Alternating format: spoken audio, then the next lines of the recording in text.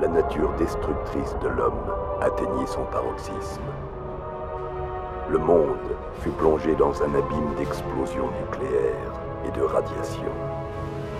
Ah putain ma jambe. Salut espèce de poiscaille molassaille. Bon désolé, comme ça on dirait une insulte, mais en réalité c'est le nom d'un poisson japonais. Et le rapport avec la vidéo c'est quoi?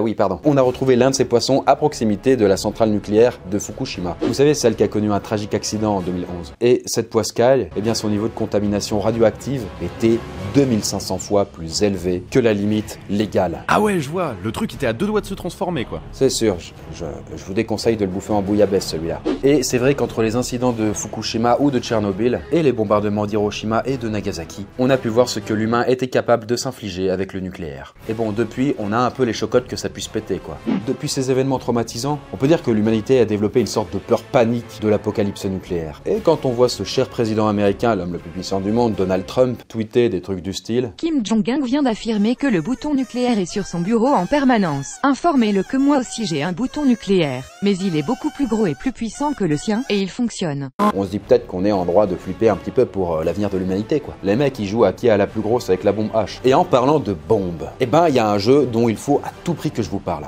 Quelque chose de plutôt... Explosif. World of Warship, c'est le sponsor de cette vidéo. C'est un jeu de simulation de guerre navale complètement démentiel. Avec ses différents types de navires, vous pourrez jouer avec les destroyers de l'extrême, les croiseurs de la destruction, les cuirassés, les porte-avions et bientôt les incroyables sous-marins. J'adore les navires en plus. J'adore l'eau. Dans 20-30 ans, il n'y en aura plus.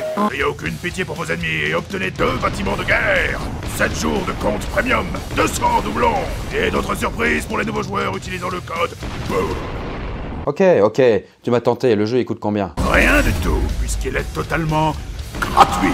Alors téléchargez-le en cliquant sur le lien de notre description infernale. Ça va, c'était assez dynamique? Ouais, c'est parfait, on reprend. Mais alors, admettons que quelqu'un appuie sur ce fameux petit bouton rouge qui déclencherait le feu nucléaire. Et admettons qu'explose non pas une bombe, non pas 2 bombes, pas 3, pas 4, pas non plus 5. Admettons que 15 000 bombes nucléaires explosent en même temps.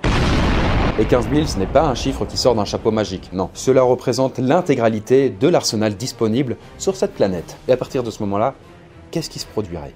Bon, on se doute que ce serait quand même pas mal la merde, mais jusqu'à quel niveau? Est-ce que les animaux se mettraient à muter? Est-ce que toute la planète serait irradiée et pour combien de temps? Est-ce que nos villes et notre civilisation pourraient se relever d'une catastrophe pareille? Ou une telle explosion signerait-elle l'extinction pure et simple de notre espèce? Eh bien, on va tâcher de répondre à toutes ces questions atomiques en 360 secondes.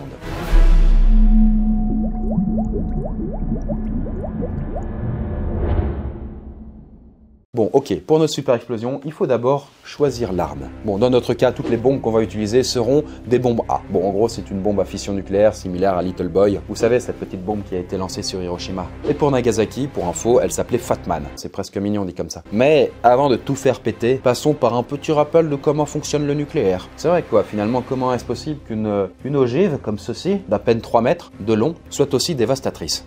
Bon, vous voyez les atomes? Non. En même temps, on peut pas les voir, ils sont trop petits. Bref, ce sont des éléments minuscules, et plus exactement nanoscopiques, qui composent toute matière, et qui sont eux-mêmes composés d'un noyau fait de neutrons et de protons, ainsi que d'électrons qui gravitent autour. Et le principe du nucléaire, c'est de briser ces atomes en cascade. Notamment en brisant les noyaux des atomes lourds, comme ceux de l'uranium-235. Pour ce faire, on leur balance des neutrons à la gueule, car cette action libère une importante quantité d'énergie. Et plus on casse des atomes, plus des neutrons sont libérés et cassent d'autres atomes à leur tour, et cette réaction en chaîne, c'est ce qu'on appelle la fission nucléaire. Exactement. D'ailleurs, faut le dire, 3 bombes A seraient largement suffisantes pour anéantir complètement une grande ville. Mais bon, nous on va voir les choses en grand et on va prendre l'intégralité des ressources en bombes du monde. Alors si vous le voulez bien, plaçons notre petit stock d'explosifs à Paris, par exemple, et voyons ce qui se passe. Bien, c'est le moment fatidique. Si vous avez un dernier truc à dire, eh bien c'est maintenant, parce que on va tout faire péter. Je peux appuyer, dis, s'il te plaît, s'il te plaît, s'il te plaît. Ok, vas-y, mais te plante pas quoi. Allez, 3, 2, 1... Vous voyez cette explosion? Elle correspond à une déflagration de 3000 mégatonnes de TNT. C'est 200 000 fois la puissance d'Hiroshima et presque 53 fois la plus grosse bombe nucléaire à avoir jamais explosé, à savoir la Tsar Bomba. Voilà, une petite bombe russe de 57 mégatonnes. Mais alors, que va-t-il se passer? D'abord, une boule de feu de 50 km de diamètre s'élèverait dans le ciel parisien, sachant que le diamètre de celle provoquée par l'explosion d'Hiroshima ne faisait que 400 mètres. Elle serait suivie par un champignon atomique de dizaines de kilomètres de haut. Un souffle brûlant, presque incandescent, se propagerait sur 250 km à la ronde, atomisant tout sur son passage. Habitations, parcs, forêts, monuments. L'onde sonore provoquée serait si forte, si intense, qu'elle ferait le tour de la Terre pendant plusieurs semaines, avant de complètement disparaître. Pour comparer, celle provoquée par la Tsar Bomba, lors de son essai, n'avait fait que 3 fois le tour de la Terre. Mais ça, c'est si elles explosaient toutes au même endroit. Mais si l'on imagine plutôt que l'on balance nos bombes sur toutes les grandes villes et les agglomérations, eh bien on pourrait compter environ 3,4 milliards de morts en à peine une trentaine de minutes. Voilà, pas grand chose, juste la moitié de la population terrestre. Mais bon, dans notre cas, si on fait tout péter à Paris, eh bien Paris lui-même est complètement atomisé et la plupart des habitants de la région parisienne, donc le 92, le 93 et j'en passe, perdraient quant à eux quasiment instantanément la vie. Et les quelques rescapés des alentours se trouveraient, dans le meilleur des cas, brûlés au dernier degré. Moins d'1 heure plus tard, une pluie se mettrait à tomber. Mais pas n'importe quelle pluie. Le champignon atomique a envoyé des milliards de particules et de cendres dans l'atmosphère. La pluie serait donc une pluie noire, radioactive et pleine de poussière, qui brûle la peau et le sol.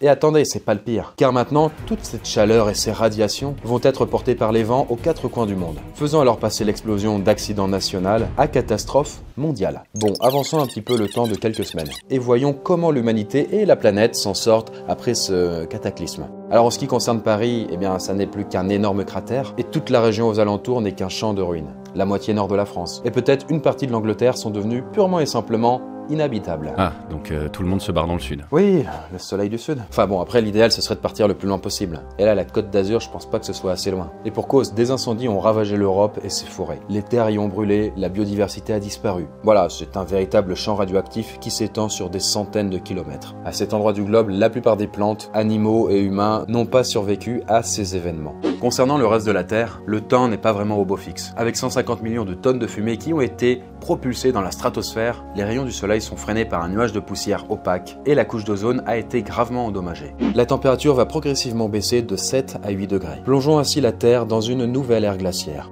Un véritable hiver nucléaire. En plus, les rares précipitations sont radioactives et des particules irradiées se sont propagées sur l'intégralité de la planète. Mais ce n'est pas tout! L'essentiel de l'eau sera contaminé et impropre à la consommation. Et ainsi, les plantes et les animaux s'abreuvant de cette eau seront eux aussi gravement contaminés. Et cela les rendra alors non comestibles pour l'être humain. Et ceci pour les prochaines décennies à venir. Mais comment on va faire pour manger ?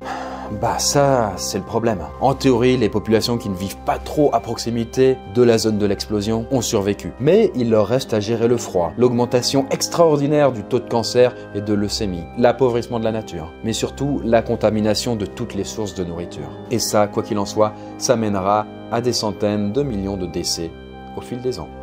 Abonnez-vous. Bon voilà, vous l'avez compris, cette explosion, aussi dévastatrice soit-elle, n'éteindrait probablement pas la civilisation humaine. Tu m'entends ? Pardon. En revanche, elle lui porterait un sacré coup. Pour s'en sortir le mieux possible, l'idéal serait d'avoir fait des réserves et de se planquer dans des bunkers souterrains, loin des radiations de la surface, dont le taux aurait doublé partout sur Terre, et des pluies noires qui ravageraient les cultures et tueraient les animaux. Mais il serait difficile de tenir plusieurs années. Et probablement que les plus faibles et les plus démunis seraient condamnés par les radiations et les effets qu'elles auraient sur leur corps. En d'autres termes, on observerait une très forte augmentation des cancers de la thyroïde et des empoisonnements du sang. Et oui, ce seraient probablement les conséquences à long terme qui seraient finalement les plus dommageables. Alors, quand on sait qu'il existe une Tsar Bomba 2 fois plus puissante que celle qui a été testée et qu'on connaît le traumatisme d'Hiroshima, on peut se demander si, dans le futur, l'humain sera assez raisonnable pour ne pas succomber aux sirènes du feu nucléaire, pour ne plus jamais appuyer sur ce fameux petit bouton rouge.